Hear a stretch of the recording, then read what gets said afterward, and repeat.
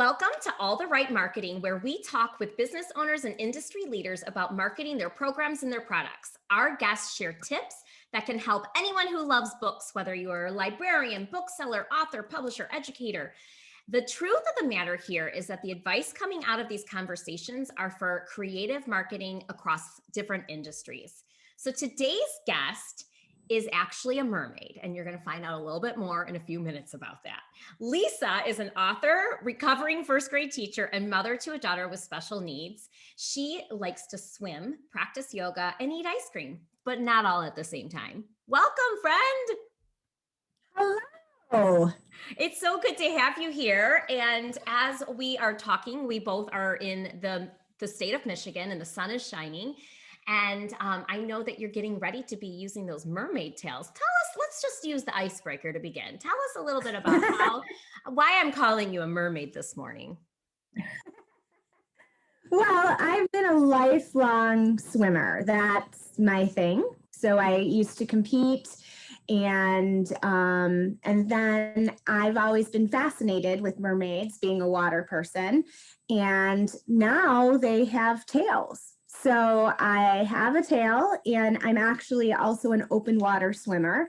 So I swim with my mermaid tail in lakes and oceans. And also, you mentioned I'm an educator. So it was very kind of natural for me with my educational background, and also a bit of drama background as well, that I do mermaid birthday parties where I not only swim and take pictures and have fun with the kids, but I talk about water safety and water conservation. So those are two subjects that are very dear to me, and also kind of, have some fun, but also have some learning involved as well. Absolutely. And you know what, Lisa, I love having you on because you are that lady who wears multiple hats. Most individuals have multiple hats, but you have like multiple hats.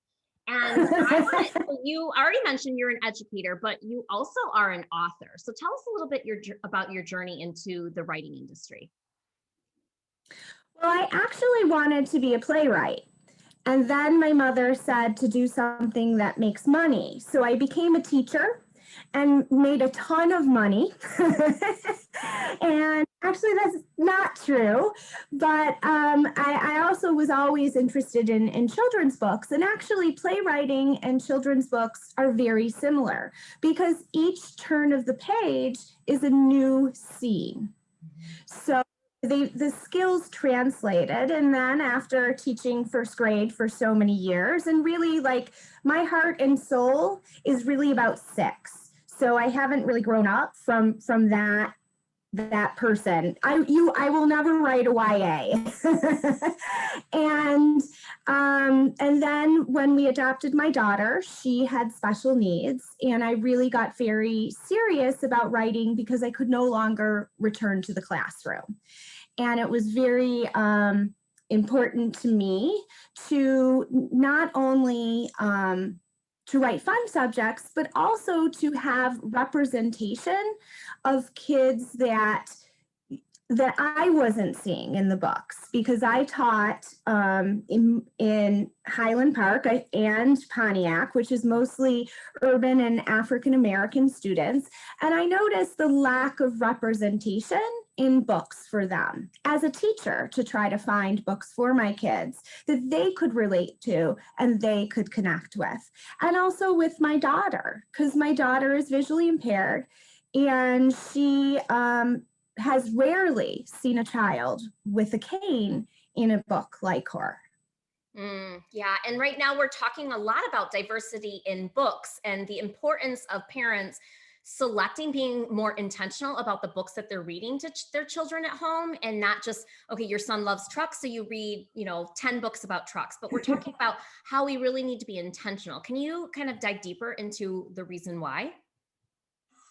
Yes, well, I mean, really, kids need to have what we call mirrors where they can see themselves in books, and also windows where they can see others.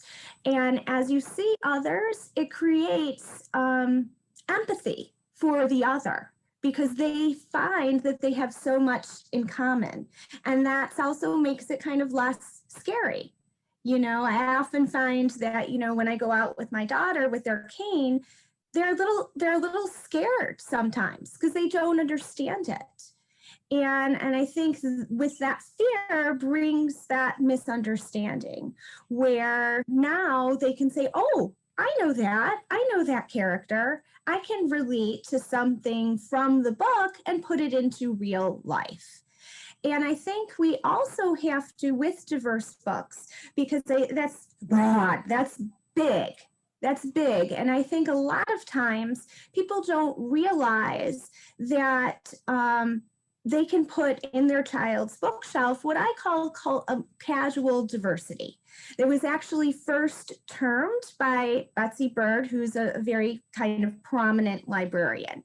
And what that means is that the diversity isn't the subject matter.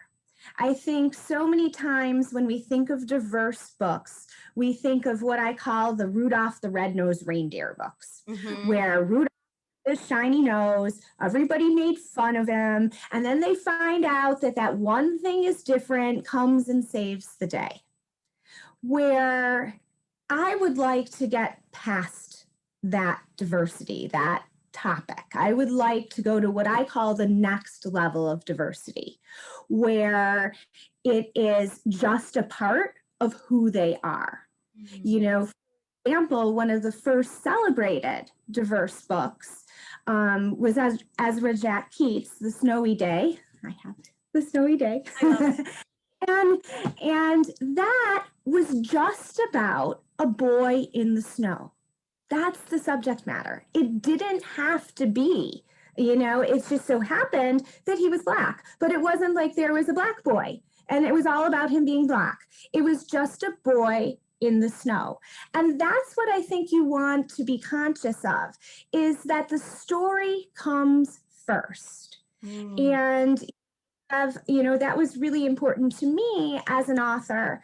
You have my chapter book series, Star Powers. And the premise was just, about a second grade girl who loves science. She just happens to be, I think you can see with the glare, in a wheelchair. So the story was all about science and her love of science and her adventures like that. And then we talked about, a little bit about her wheelchair and about the challenges like getting to the top of the observatory. How is she going to do that in a wheelchair? But the subject of the matter was that she loved science. And that's what I think that parents, sometimes they get overwhelmed and they feel like, oh, I have to get all of these books, when really just be conscious of that you're making sure that you have some other representation. And they're very simple. And I can, show some more. One of the books that I love this book, is The Hello Goodbye Dog. I don't know the story. And nowhere in the text does it mention that little girl is in the wheelchair. This book is just about this dog who loves his owner so much and wants to go to school with her, and how they get. I'm not going to spoil the ending, okay. but it is nowhere in the text does it mention that she's in a wheelchair. And the same thing with this book I really love too, because I'm a swimmer, as we know, Jabari Jumps. This one's fantastic. It really is. Just about the boy on the high dive, being afraid of being on the high dive. And now, but it shows a dad, which is nice to show a dad, not a mom, shows a dad and the little boy and his little sister. So I think that's, it's important to just have what I call that casual diversity representation, and to look at the choices that you are making as a parent, and to make sure that, you are picking books that have, that show your child, but also show different children. But it doesn't have to be complicated. We have a lot of complication in our life. Isn't that the truth? Yes. And it really doesn't, and Lisa, there, I think it was maybe Debbie Gonzalez. I was reading a newsletter and she said, you have to talk to Lisa Rose because she knows representation. And I was like, well, I know Lisa and I want to know more about, and I like, what else does she know about representation that I don't know? I've never heard of the term casual diversity. I just learned, like, I just had an aha moment over here while I was muting myself and sneezing. But this is really important, and I never thought. Bless you, by the way. Thank you very much. I never thought of it this way, and I think another audience that's listening on the podcast is booksellers and librarians, and I hope that they're tuning into the word casual diversity too. Now, one of the things I wanted to ask you, because you are really in tune with the Kid Lit community and with children's literature, where do you find your books? So when you're looking for books to read at work, or you're looking for books to bring home, where are you, finding these books? Well, the books are really all over. I mean, right now, I have to say, is a very exciting time in publishing. And we, as creators, are being very, very conscious, and publishers as well, about getting more representation and also getting what they call own voices. That means that if you are of that descent, or if you're a person of color, you're creating it. Now, some of these books were created, like Ezra Jack Keats, he was not African American. But I also would like, as creators, I would like to caution and say that if you have experience in that area, because Ezra Jack Keats, he lived. He's like, I see Black children all the time. This is who I live with. This is who I'm with. And that's what kind of motivated him to put kind of the first African-American child that was non-charactered in a book. Mm-hmm. Make sure that you have experience, that when I created Star Powers, the editor, actually, one of the reasons why she wanted me to create the series was because I had a child with special needs. I didn't have a child that was in a wheelchair, but I had that background mm-hmm. of a child with special needs and getting the challenges for it. So right now, there are so many, New York Times bestsellers that show diversity. Also, the We Need Diverse Books movement always makes great recommendations. Mm-hmm. Also, I'm a little promo for me. I actually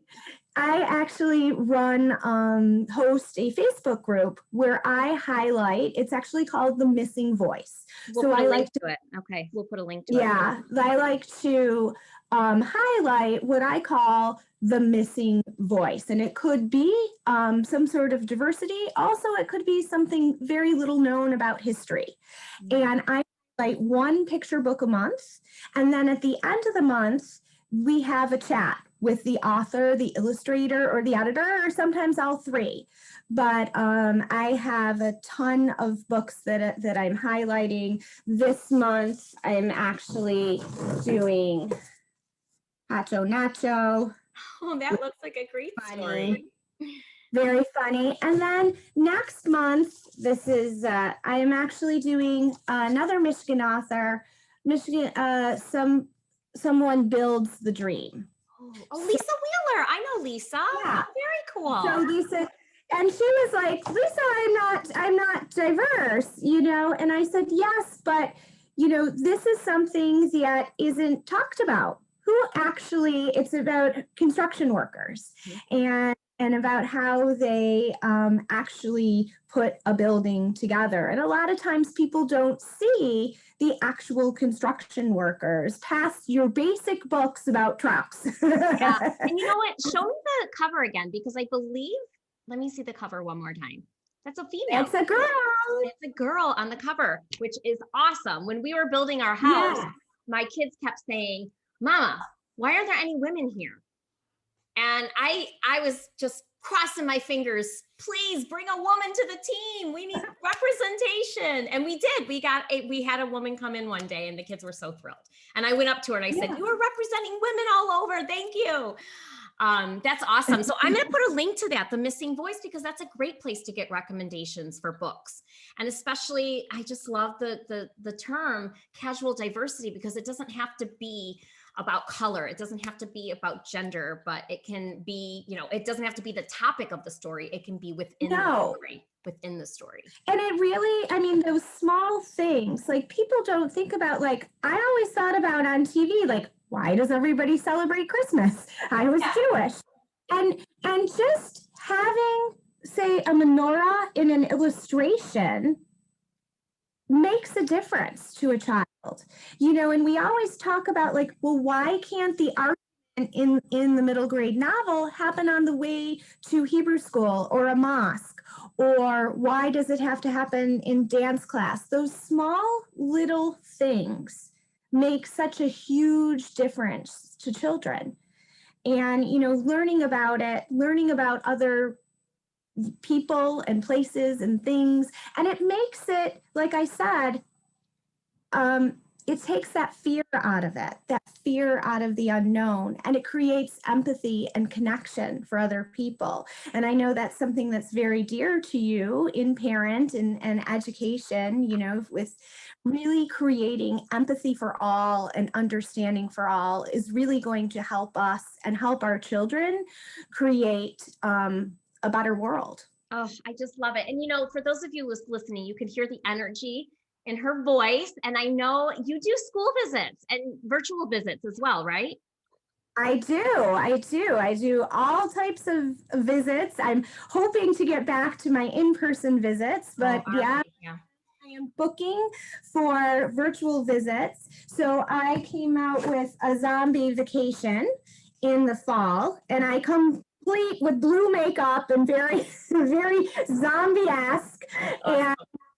And this is also shows casual diversity, because this is set in Israel. And in the process, kids are learning about Israel and learning about the Dead Sea mostly. And I do a lot of STEM activities about why the Dead Sea is called the Dead Sea and all the fun things of why you do float in the Dead Sea.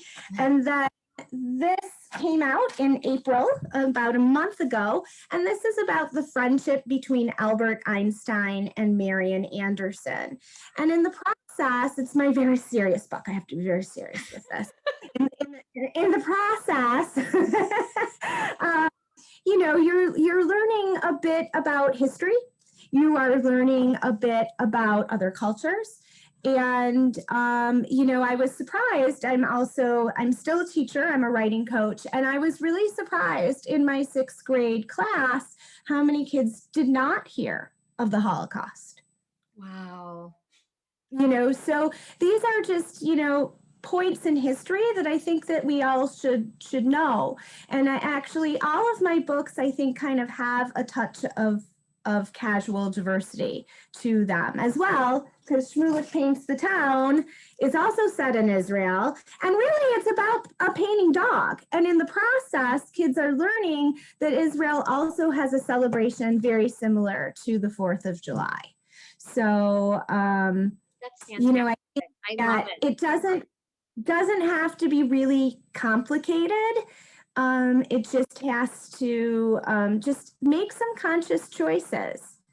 And they're small choices, but they have really big results. Oh, there it is. They're small choices with big results and big impact. So Lisa, we know that we can find you at The Missing Voice on Facebook, but where else can listeners find you? They can find my books. You can buy them through Amazon, Barnes and Nobles, Bookshop. On my website will take you directly to everything. So you can do that. That's Lisa Rose Writes, like writesabook.com. And what about social media? Is it Instagram and Twitter, right? Lisa Rose Writes? Yes. Okay. Yes, I have Facebook, Lisa Rose, and Instagram and Twitter are both at Lisa Rose Writes. Perfect. We will put all of these pieces of links and information into the show notes. But it has been such a pleasure having you on today. We will be releasing episodes on Tuesdays. For those of you tuning in, we'll have another episode next week. So thank you again, Lisa. Thank you so much for having me. You're welcome.